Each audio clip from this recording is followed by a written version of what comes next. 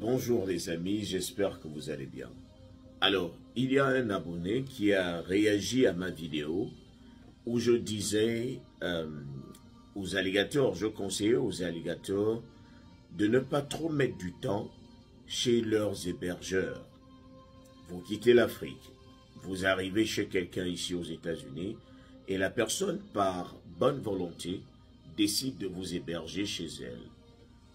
Alors, je demandais aux alligators que, selon moi, je trouve qu'il est mieux que quelqu'un passe au trop 2 ans chez son hébergeur.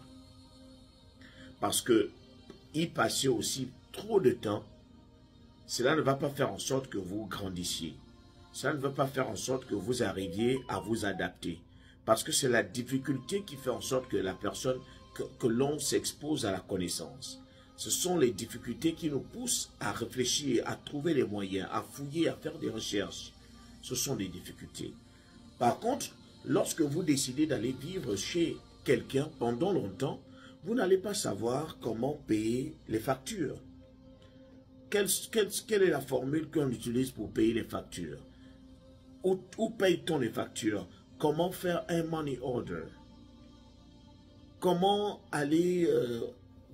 c'est-à-dire comment faire des démarches lorsqu'on a quelque chose, par exemple, ton évier est bouché, ou bien il y a de l'eau dans ta baignoire, tu ne sais pas d'où elle sort, tu peux aller dans le office, c'est-à-dire les responsables du complexe où tu vis, tu leur demandes de venir réparer.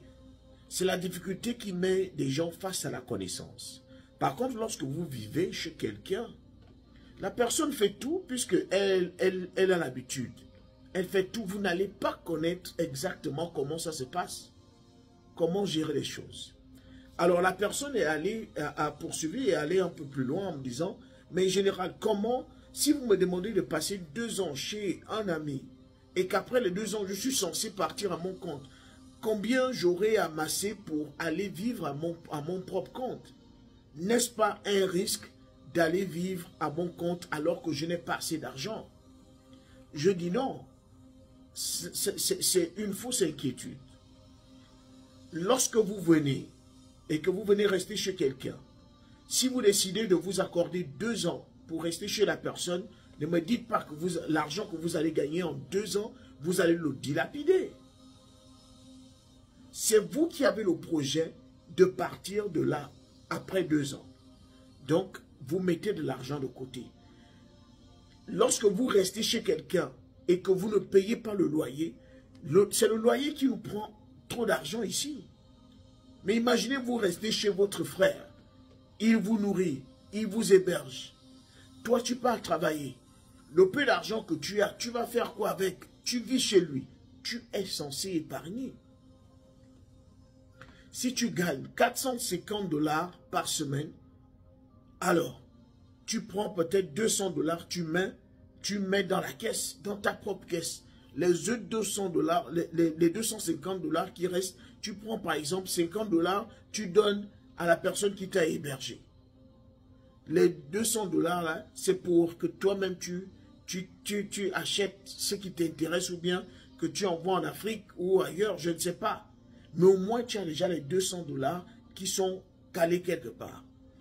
La semaine qui va suivre, tu poses 200 $ de la même manière. Au bout de 2 ans, tu aurais déjà épargné une bonne petite somme qui va te permettre d'aller te louer ton petit appartement et de commencer à vivre peut-être les 2 ou 3 premiers mois. Et il faut aussi se rappeler que lorsqu'on veut aller vivre à son propre compte, on ne devrait pas cesser de travailler. Ici aux États-Unis, ce n'est pas la blague. Tu arrêtes de travailler, tu vas sentir la foudre de la pauvreté. Si tu t'arrêtes ne serait-ce qu'une semaine, tu vas sentir la poudre des factures. La force des factures, tu vas sentir ça.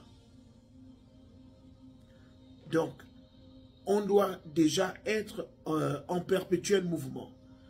Faire en sorte que tu te retrouves dans une situation où il faudrait qu'il y ait des entrées à chaque instant. Parce que tant que tu n'as pas d'entrée, tu ne pourras pas préserver tes acquis. Tant qu'il n'y a pas d'entrée, tu n'es pas à l'abri. Si tu n'arrives pas à faire multiplier ton argent, tu n'es pas à l'abri des problèmes. Tu n'es pas à l'abri. Tu peux même avoir épargné peut-être 10 000 $ et tu décides d'aller vivre à ton compte. Si tu ne travailles pas pour continuer à entretenir les 10 000 $, les 10 000 $ vont finir et tu vas rester, on finira par te chasser de cet appartement. La solution est de toujours être en perpétuel gain. Faire en sorte qu'on soit toujours dans le cycle où le cycle où tu reçois encore, où il y a des entrées. Donc pour celui qui a passé 2 ans chez son parent ou bien chez son ami, il a quand même épargné une bonne petite somme. Après, il part vivre à son compte. Les 2 premiers mois, il va d'abord les gérer comme ça. Il va d'abord utiliser le peu d'argent qu'il a épargné pour les 2 premiers mois, en attendant qu'il mette encore les pieds sur terre. Et s'il continue même à travailler, l'argent va toujours rentrer. Tu continues. Je dis, tu ne peux pas rester plus de 2 ans chez quelqu'un. À quel moment tu vas apprendre? Et tu ne pourras pas apprendre si tu es sous l'aile de quelqu'un. Parce que c'est la personne qui va tout faire. La meilleure façon d'apprendre, c'est d'être exposé aux difficultés. C'est d'être exposé à la réalité. C'est déjà ça. Ne l'oubliez pas. Le tout n'est pas de venir rester 40 ans ou bien 3 ans, 5 ans chez quelqu'un. Vous allez pousser cette personne à vous dire ce qu'elle n'a pas voulu vous dire. Parce que c'est épuisant.